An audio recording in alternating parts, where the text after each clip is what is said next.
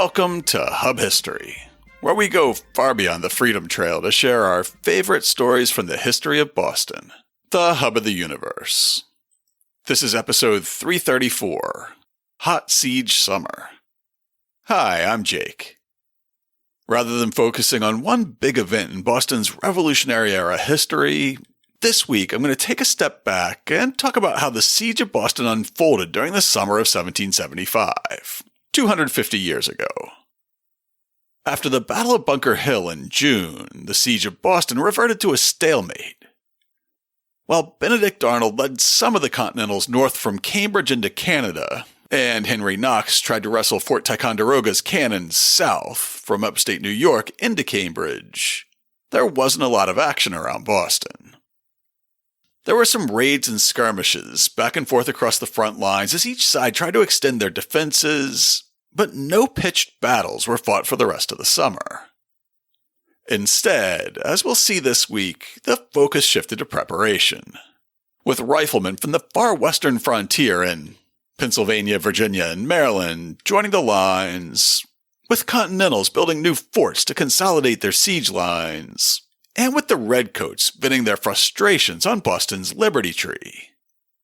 We'll also see how the new Continental Commander-in-Chief, George Washington, could barely be restrained from ordering a direct frontal assault on the superior British force in Boston, even though there wasn't enough ammunition in the Continental camp to go around. But before we talk about Boston's hot siege summer, I just want to pause and say thank you to everyone who supports Hub History financially. After almost 9 years of making this show, as it's evolved, lost our co-host Emerita Nikki, and gone through a few rounds of format changes, I'm always amazed when I run into an actual listener out there in the real world. Obviously, I know you're there. I look at our download numbers, I imagine you listening to my voice while you fold the laundry or ride the T to work or try to fall asleep at night, but it's still always a surprise. I'm also incredibly humbled that some of you not only listen, but you actually like the show enough to use your hard-earned American dollars to help me make the show. An average episode of Hub History takes a pretty significant investment of time, between deciding on a topic, tracking down sources, and then writing a script, recording it, and editing the result down into something you'd like to hear. I'm happy to invest that time, but unfortunately it also takes cash to make a podcast. Our listener supporters cover the cost of web hosting and security, online audio processing tools, research databases, AI tools, of course our podcast media host, and I appreciate each of you. To everybody who's already supporting the show, thank you. And if you're not yet supporting the show and you'd like to start, it's easy. Just go to patreon.com/hubhistory or visit hubhistory.com and click on the Support Us link. And thanks again to all our new and returning sponsors. And now it's time for this week's main topic.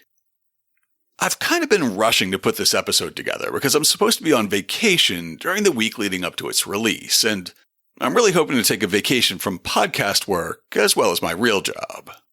In the meantime, I'm also editing episode 333 while I'm writing this, and I'm trying to put together the finishing touches on a talk about the song John Brown's Body for History Camp.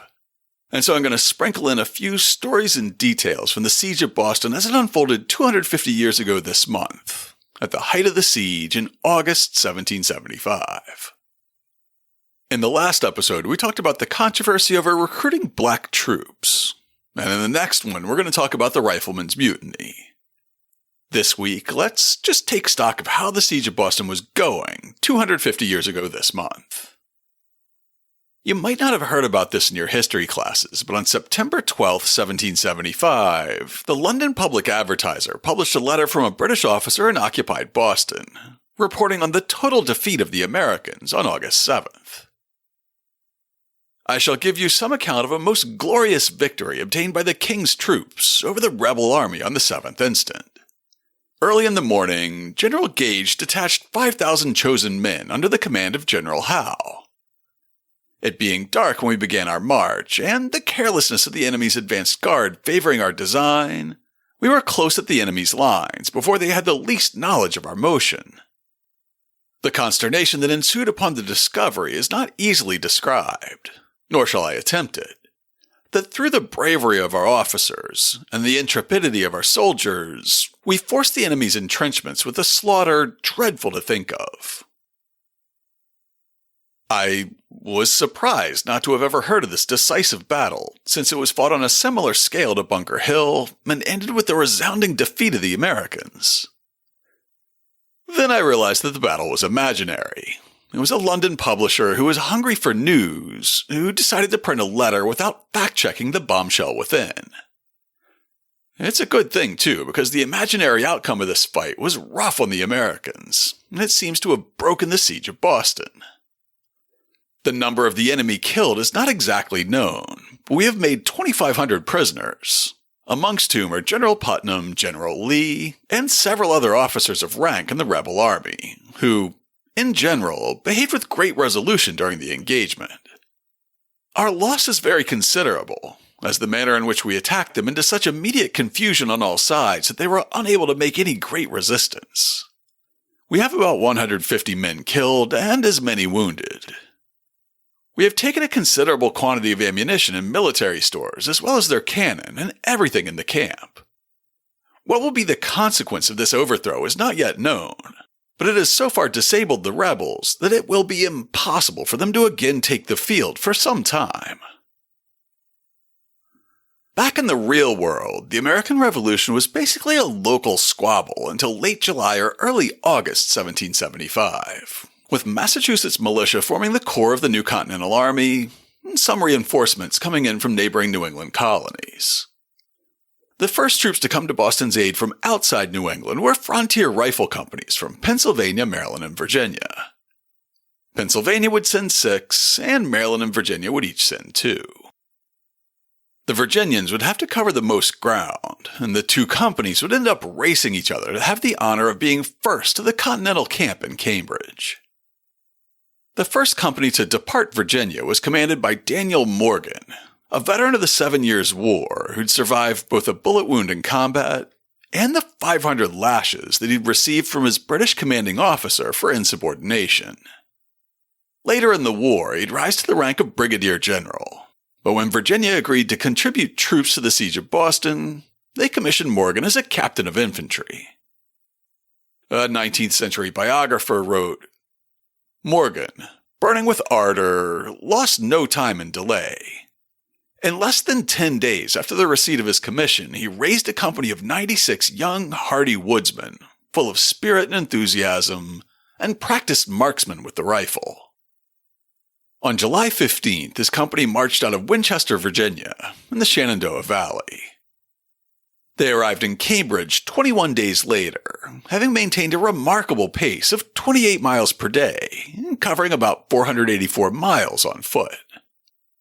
They beat the other Virginia company to Cambridge, but they also left earlier.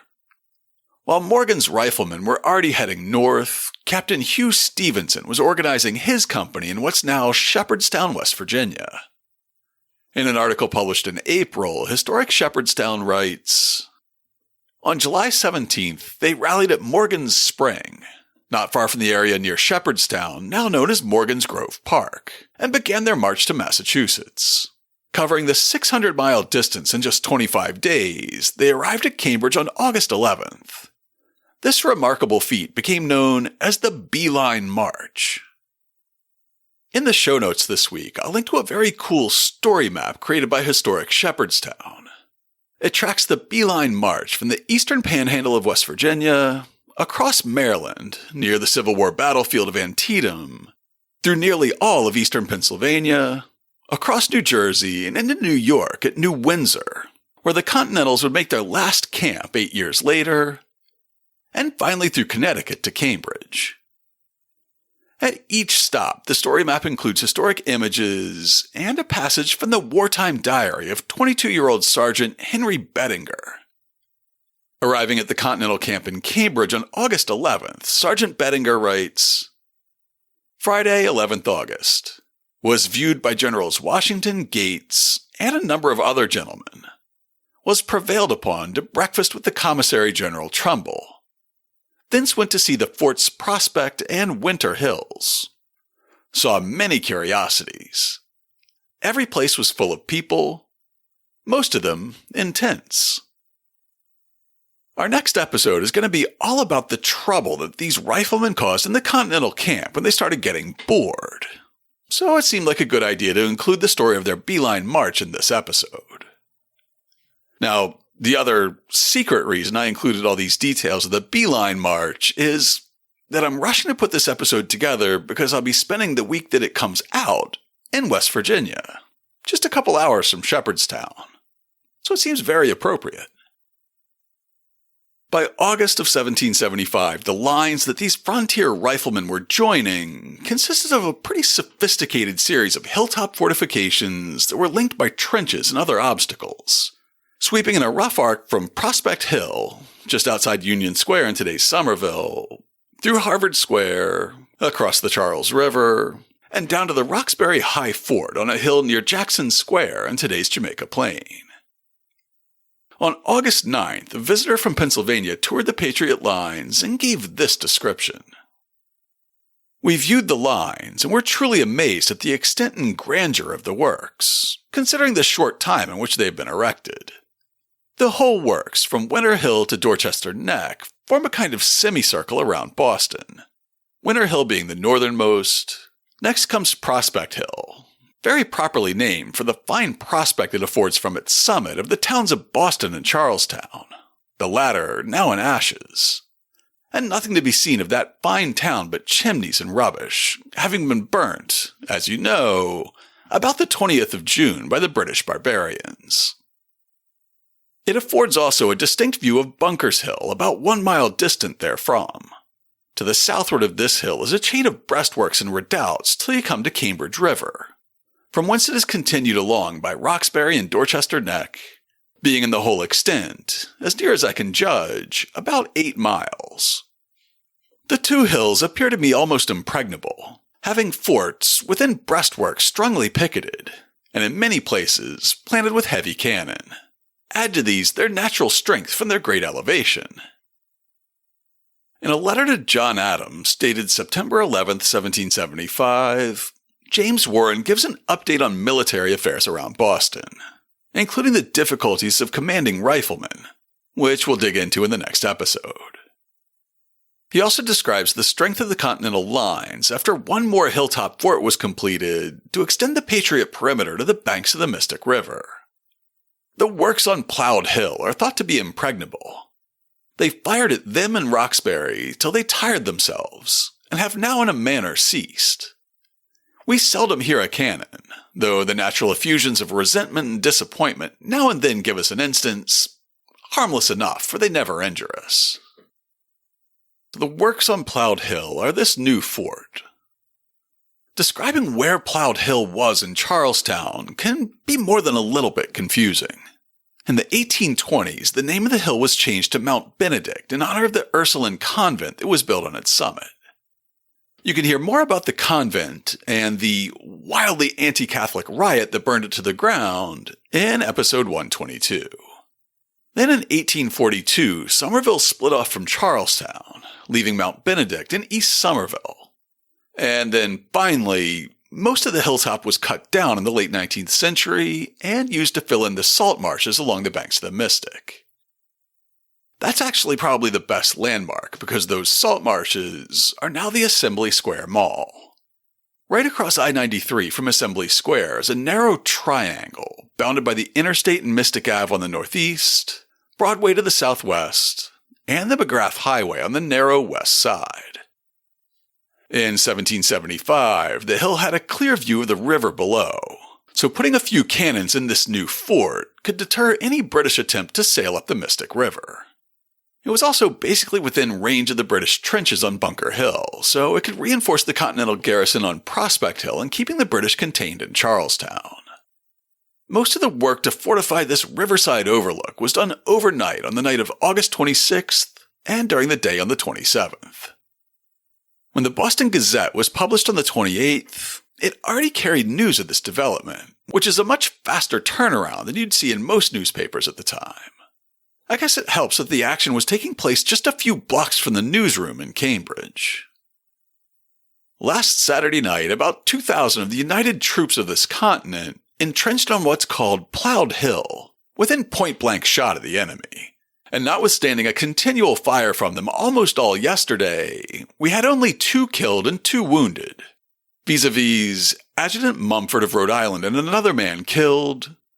Mr. William Simpson, a volunteer of Pennsylvania, lost a leg, and another man wounded. Neither dangerous. We have not heard how many the enemy lost, though 'tis said one officer and several men were seen to fall. That article appeared right under coverage of the imprisonment of the well-known Caesar Marion, which was the topic of our last episode, and right above notice that another company of the riflemen, who'll prove so troublesome in our next episode, had arrived in Cambridge. This one from Maryland under Michael Cressup. At the time of publication, William Simpson was not considered in danger of death, but that could change quickly in the era before modern medicine. The major who commanded Simpson's Pennsylvania Rifle Company adds this detail of the work on Ploughed Hill. Poor Billy Simpson was the only person who suffered of ours. He had his foot and ankle shot off by a cannonball as he lay behind a large apple tree, watching for an opportunity to fire at the enemy's advanced guard. There appears no danger of his recovery. In a 2019 article about the effort to fortify Ploughed Hill, J.L. Bell points out that after Private Simpson died, he had the honor of being the first soldier from outside New England to give his life in the American Revolution. One of the 2,000 united troops of this continent who was ordered onto Ploughed Hill on the night of August 26th was Caleb Haskell. Private Haskell enlisted in Newburyport on May 5th for a term of 1 year. By the time he returned home at the end of May 1776, he was a grizzled veteran of Benedict Arnold's doomed march through the Maine and Quebec wilderness to the St. Lawrence, of the frontal assault on Quebec City on New Year's Day, and of the bitter siege that followed the failed attack.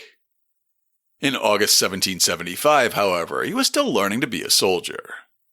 His company had stood sentry duty many times, but they had not been engaged at Chelsea Creek or Bunker Hill or any of the other battles that we remember. On Saturday, August 26th, he got notice to be ready to march to Ploughed Hill that night to dig trenches, while a covering party defended the laborers. His diary entry the next day says, August 27th, Sunday. At sunrise, the covering party marched off. The fatigue men were relieved, meaning the ones who had worked all night. Continue entrenching, and not in the least disturbed till 3 o'clock, when the enemy began to cannonade us from Bunker Hill and floating batteries, which continued all day. The sentries engaged with small arms most of the day. We sunk a floating battery belonging to the enemy and disabled another with our cannon at Temple's Wharf. Our sentries, riflemen and Indians, killed and wounded a number of the enemy today. The next day, Haskell was ordered back onto Ploughed Hill to stand guard, and the next couple of weeks seemed to be fairly evenly divided between standing guard on Ploughed Hill, digging on Ploughed Hill, and sitting around the camp in Cambridge bored. On September 9th, he was ordered to stand guard on Ploughed Hill overnight, and then the next morning he was put on fatigue duty digging trenches on the hill. That might have been the straw that broke the camel's back, because that afternoon he volunteered for the expedition to Quebec with Arnold. Around the last week of August 1775, Boston lost its Liberty Tree. For a decade, the old elm that spread its branches over Deacon John Eliot's yard, at what's now the corner of Washington and Essex Streets, right in front of the Chinatown Tea Station, where the Chinatown Registry used to be, had been the focal point for protests in Boston. That's where radicals had hung the stamp agents in effigy in 1765, and where they returned to celebrate after the repeal of the Stamp Act. It's where a customs commissioner's boat was burned during the Liberty Affair in 1768, and where popular sentiment demanded that the tea consignees should resign their positions in 1773.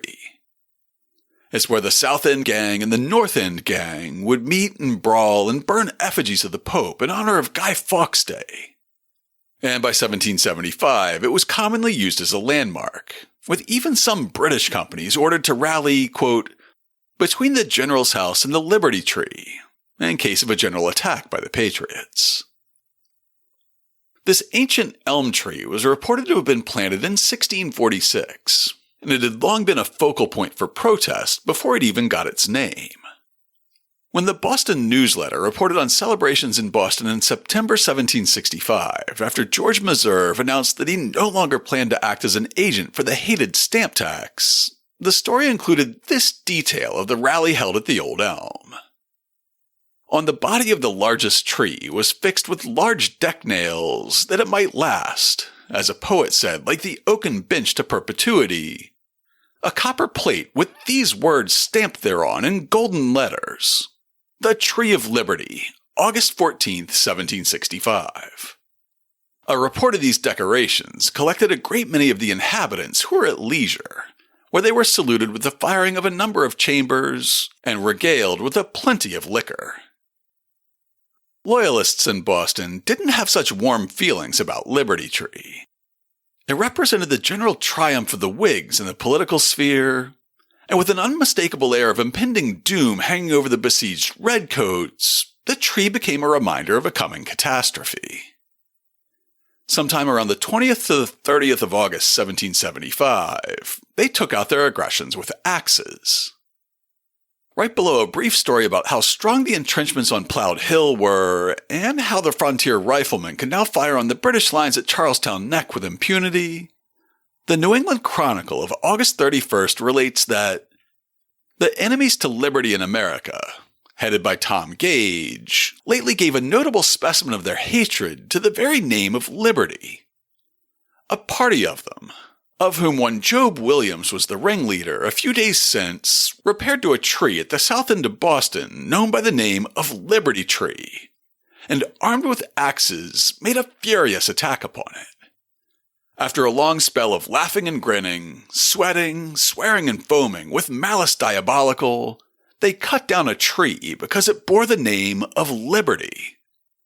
But be it known to this infamous band of traitors that the grand American tree of liberty, planted in the center of the United Colonies of North America, now flourishes with unrivaled increasing beauty, and bids fair, in a short time, to afford under its wide-spreading branches a safe and happy retreat for all the sons of liberty, however numerous and dispersed. A week later, the next edition of the same paper added that a soldier, in attempting to dismantle one of its branches, fell on the pavements, by which he was instantly killed. Merely chopping down Boston's Liberty Tree was not enough to drain its symbolic power. And as the story I just quoted makes clear, its destruction became a propaganda coup for the Patriots. Long after the Redcoats had evacuated Boston, the corner of Essex and what was then Orange Street remained a rallying point for Patriots. Now, though, they would direct friends to meet at the Liberty Stump, and not at Liberty Tree. Even a half-century later, when Lafayette paraded through Boston during his 1825 American tour, he venerated the stump of Liberty Tree as he passed it. Here's an example of why I love scanning through the old newspapers in the Harbottle Door collection. Right under the story about the redcoat getting killed when he tried to chop up the Liberty Tree is a notice that John Hancock of Boston had married Dorothy Quincy of Braintree. There's also a story about some British deserters who wandered into the Continental camp at Roxbury in hopes of switching sides, and another story about a British sergeant who went duck hunting in Malden and managed to get himself captured. In his diary, British Lieutenant John Barker of the King's Own Regiment reports on an aborted attack that, if it had been carried out, had the potential to turn the outcome of the war. 6 months later, the siege of Boston would be broken when the Continentals hauled the cannons that Henry Knox brought down from Fort Ticonderoga to the top of Dorchester Heights, where they could easily fire on the city or on the British ships in the harbor. If things had gone ever so slightly differently, that might never have been possible, as the British had plans to take these same heights. As we learned about in my conversation with Mike Troy about Bunker Hill back in June, the Patriots took over Bunker Hill in an attempt to deny the high point to the British.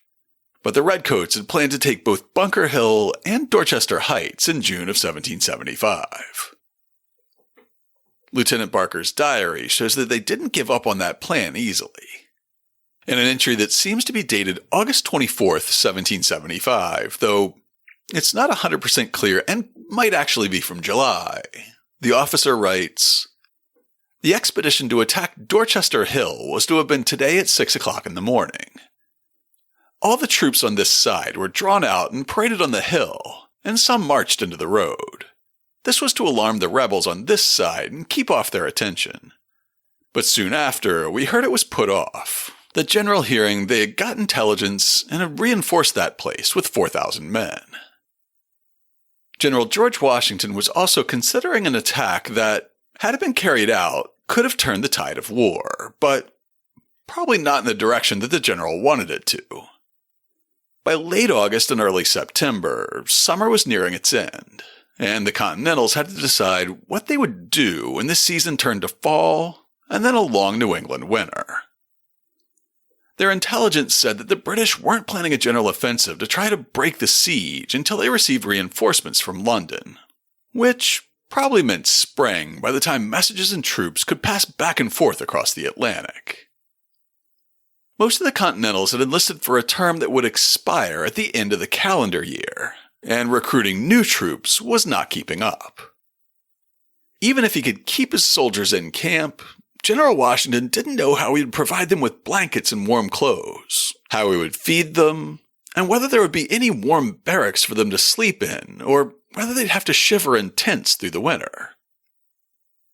Washington called his generals together for a council of war on September 11, 1775. This was one of his favorite leadership techniques, especially early in the war, as he was learning to trust his officers and advisors.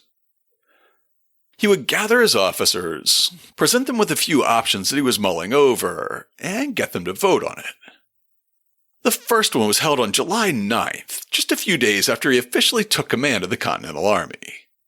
At that one, he took stock of the relative troop strength of his army in general gauges, evaluated the defensive positions the Continentals were holding, and considered whether to extend the lines to Dorchester Heights, which they decided they were not strong enough to pull off just quite yet. The Council of War on September 11th was mostly concerned with how to handle the approaching winter. Washington sent a letter on September 8th laying out the questions he wanted to consider and some of the pro and con arguments for each one. "I wish more of my customers would send me such a detailed agenda before I actually get into the meeting. Good job, George." The primary purpose of the September Council of War, according to this letter, was to know whether, in your judgments, we cannot make a successful attack upon the troops in Boston by means of boats, cooperated by an attempt upon their lines at Roxbury. The success of such an enterprise depends, I well know, upon the all-wise disposer of events, and is not within the reach of human wisdom to foretell the issue. But if the prospect is fair, the undertaking is justifiable, under the following among other reasons which may be assigned. Then, the reasons he listed are largely what I already mentioned. He didn't know where they'd get barracks for the men, and he anticipated that the firewood costs would be extravagant, while the soldiers would still probably destroy fences, forests, orchards, and possibly even houses to get wood to keep themselves warm. He worried about whether they'd be able to recruit troops to stay beyond the end of the year, and if they could, how the Continental Congress would manage to pay for uniforms and blankets for both sets of troops. His letter noted that the troops under his command were quickly using up all their remaining gunpowder, and he didn't know where more was going to come from. But he also did not believe that an amphibious assault on a fortified city would exhaust their remaining reserve of ammunition.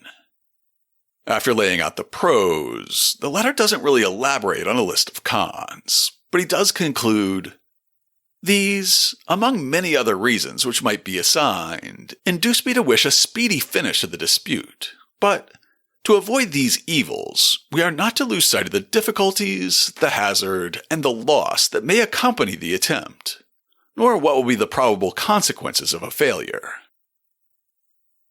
On Monday, September 11, 1775, General Washington called his council to order.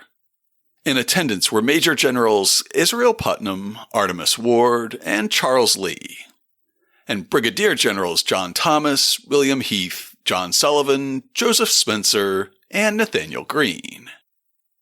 As an astute leader, Washington deliberately asked his aides not to keep detailed minutes of the debates that occurred in these councils of war, just the eventual outcome. The official record of the September 11th Council says, "After duly weighing the above proposition, considering the state of the enemy's lines and the expectation of soon receiving some important advices from England, it was unanimously agreed that it was not expedient to make the attempt, at present at least."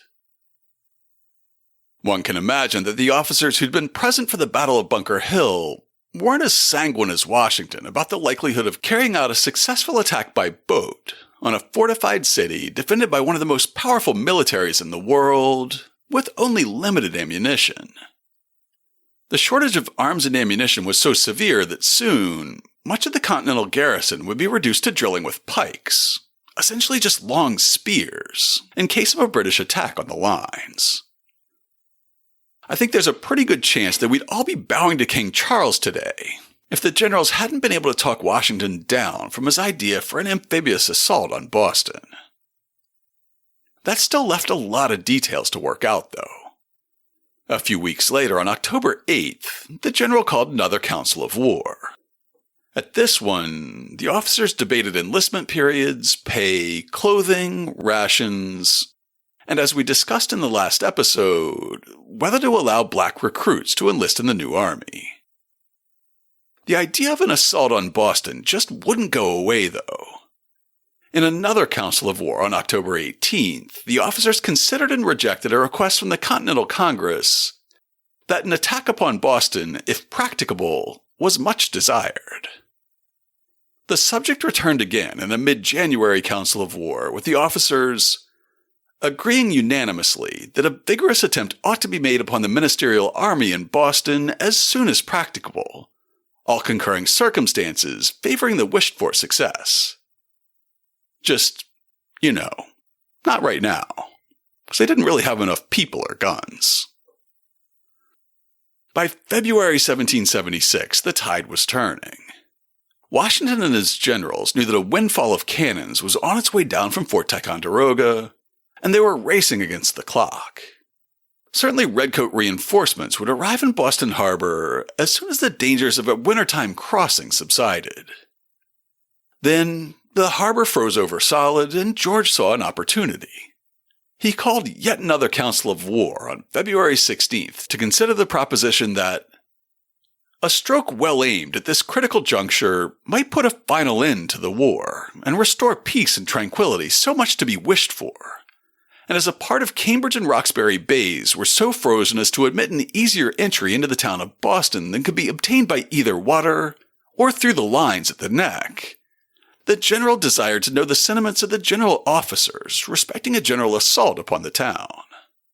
He estimated the British strength in Boston at about 5,000 men under arms, and the Continental roster stood at almost 8,800 troops, though his generals thought they had fewer combat-effective troops and that the British had more. The Continentals still didn't have enough gunpowder to equip the troops for an effective assault, and they didn't have enough cannons or powder to bombard the British lines to soften them up ahead of an attack across the ice. Even if they could get Fort Ticonderoga's cannons set up ahead of the assault, the British could always fall back onto their transport ships in the harbor and stay out of range, while the Continentals bombarded Boston into oblivion, and then simply come back on shore when the Patriots ran out of ammunition. In the end, the council voted that an assault upon the town of Boston in the present circumstances of the Continental Army is judged improper. However, their decision also contained the kernel of an idea that would lead to the British evacuation of Boston in March 1776, and the effective independence of New England months ahead of the rest of the colonies. The minutes of this council of war conclude, "In the meantime, preparations should be made to take possession of Dorchester Hill, with a view of drawing out the enemy. That's a topic that we'll certainly return to in March next year, as our recounting of the Revolution in Boston nears its conclusion with Evacuation Day. To learn more about Boston's hot siege summer, check out this week's show notes at hubhistory.com/334. I'll have a link to that really cool story map from historic Shepherdstown showing the route the Virginia riflemen took on their beeline march to the Continental camp at Cambridge, as well as an article from Smithsonian Magazine about the same march. I'll link to the fake news of the total defeat of the Continentals in Boston that ran in a London newspaper in September, as well as to British Lieutenant John Barker's diary entry describing the attack on Dorchester Heights that never happened. I'll also have links to letters and news stories about the new fort on Plowed Hill, and a link to Caleb Haskell's diary where he describes the work of building it. Finally, I'll link to news about the destruction of Boston's Liberty Tree, and to the minutes of George Washington's councils of war in July, September, and October 1775, and January and February 1776. If you'd like to get in touch with us, you can email podcast@hubhistory.com. You can reach out to @HubHistory on Twitter, Facebook, and Instagram, or to @HubHistory@better.boston on Mastodon. The best place to look for an active social engagement is Blue Sky, where you can find me as hubhistory.com. Social media aside, the very best way to get in touch with us is to go to hubhistory.com and click on the Contact Us link. While you're on the site, hit the subscribe link, and be sure that you never miss an episode. If you subscribe on Apple Podcasts, please consider writing us a brief review. If you do, drop me a line, and I'll send you a Hub History sticker as a token of appreciation. That's all for now. Stay safe out there, listeners.